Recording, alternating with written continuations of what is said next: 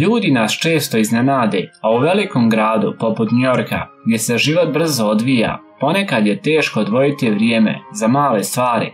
Iz tog razloga, jedan muškarac koji je putovao podzemnom željeznicom u Njujorku nije očekivao da će postati internetska senzacija zbog svog postupka.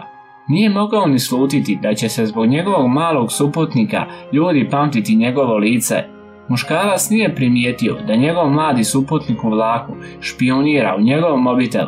Muškarac je imao slušalice i igrao je neku igru na telefonu kada je osjetio da ga gleda neki par očiju. Čovjek je tada dignuo pogled i shvatio kako kraj njega sjedi znatiželjni dječak. Nastavio je tipkati po mobitelu i nije slutio da treći suputnik cijeli događaj snima. Nakon nekoliko stanica i dječak koji je i dalje gledao, sinula mu je ideja. Isključio je slušalice i mobitel dao dječaku. Dječak je sa veseljem uzeo telefon i bacio se na igru, a muškarac je reagirao opušteno, kao da se ništa posebno nije dogodilo. Ali nije imao pojma da ih netko je snimio i da će to završiti na društvenim medijima.